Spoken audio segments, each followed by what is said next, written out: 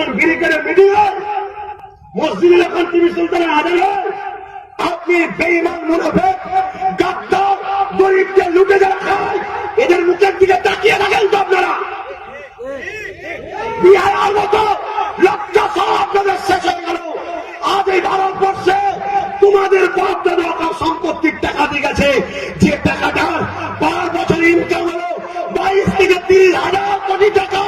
এই 22 থেকে 30,000 কোটি টাকা 32 বছর কংগ্রেস খেয়েছে, 34 বছর বামফ্রন্ট খেয়েছে, 10 বছর আমাদের দিদিমণির পার্টির লোকেরা খাচ্ছে। আর তাদের মুখ দেখার জন্য তোমরা উপোস থাকো। কেননা 100 টাকা দিয়েছে, গাড়ি ভাড়া ফ্রি, 1 প্লেট চিকেন বিরিয়ানি দেবে। এত বড় তোমরা ভুল করছো। ওই চিকেনটা জবাই করা না কাটা, মরা না হারাম, কিচ্ছুই তোমরা জানো না। পেরেছ আপনি গিলে দিলে। কেন আমার এলাকার প্রধান সাহেব দিয়েছে তো, কেন আমার এলাকার প্রধান তো মুসলমান। এই ববি হাকিম নাম শুনেছেন?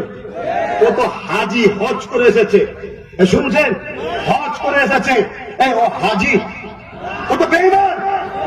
প্রকাশ্য মাইকে বলে যাচ্ছি, যে প্রকাশ্য বলেছে ঢাকের আওয়াজ আমি ঘরে থাকতে পারিনি, হজ করেছে, পরের দিন বেরিয়ে পড়েছে কলিকাতার বড় পুজো কমিটির সেক্রেটারি। এ কথা শুনছেন না? খারাপ লাগছে? আপনার স্থিতি কি রাজনীতি করছো তো?